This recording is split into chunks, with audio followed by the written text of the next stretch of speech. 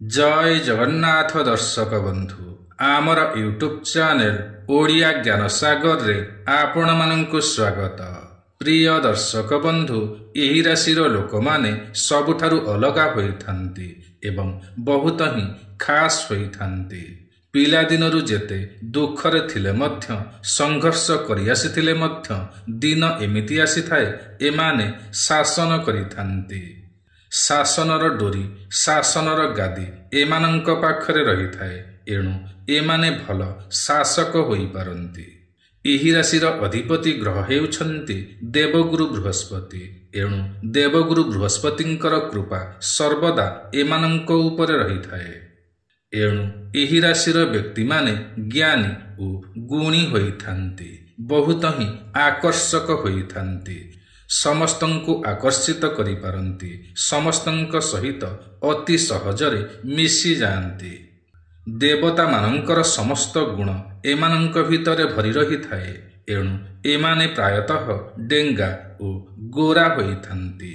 आखि दुईटी उज्जवलमय होइथाए और आकर्षक होइथाए। आखिर आकर्षण द्वारा लोक माने टाणी होई आसंती। बड़ सात्विक होइथांती।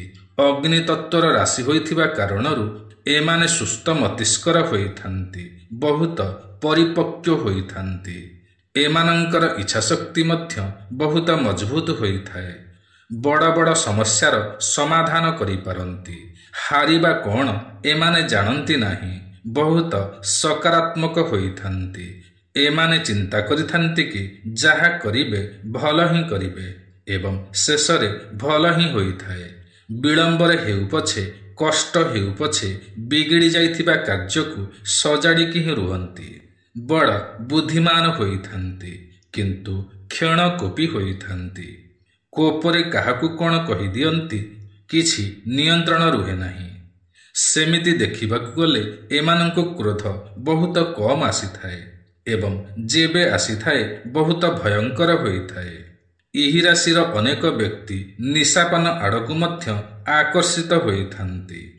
एमानंकर पिलादिन जेते भी दुखमय होइथाउ ना कहिंकी, जेते भी कष्टदायक होइथाउ ना कहिंकी, एमानंकर युवक अवस्था एमानंकर बार्धक्य अवस्था सुखमय होइथाए। धनर अभाव रही न थाए। एमाने धार्मिक होइथांती। पूजा पाठरे बहुत ही विश्वास करिथांती।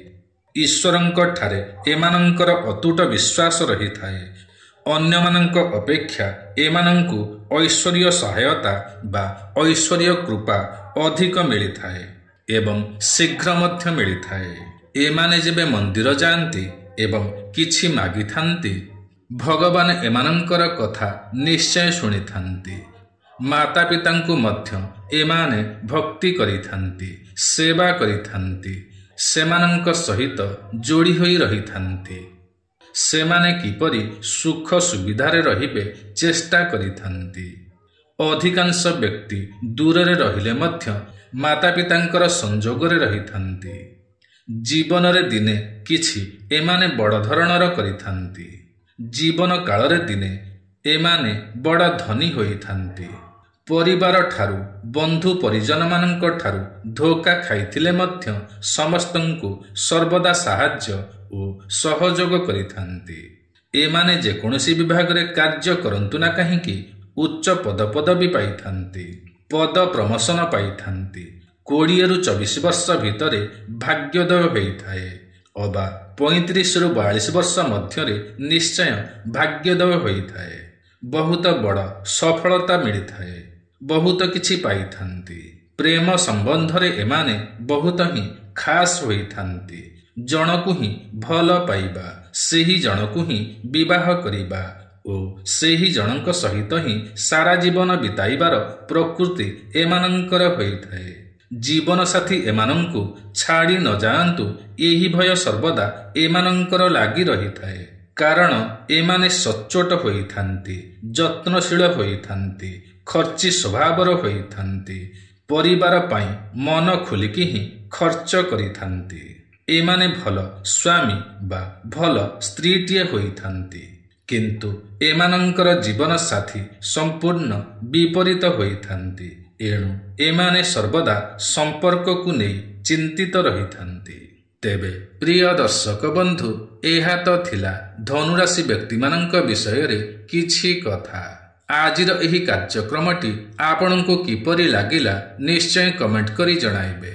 ଯଦି ଆଜିର ଏହି କାର୍ଯ୍ୟକ୍ରମଟି ଆପଣଙ୍କୁ ପସନ୍ଦ ଆସିଥାଏ ତେବେ ଗୋଟିଏ ଲାଇକ୍ ନିଶ୍ଚୟ କରିବେ।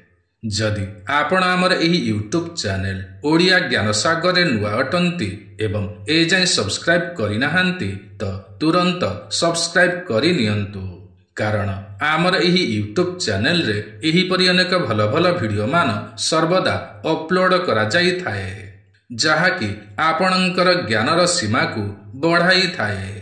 ତେବେ ଆଜି ପାଇଁ ଏତିକି। ପୁଣି ଦେଖାହେବ ଆସନ୍ତା ନୂଆ ଏକ କାର୍ଯ୍ୟକ୍ରମରେ। ସେ ପର୍ଯ୍ୟନ୍ତ ଆମକୁ ବିଦାୟ ଦିଅନ୍ତୁ। ଜୟ ଜଗନ୍ନାଥ ଦର୍ଶକ ବନ୍ଧୁ।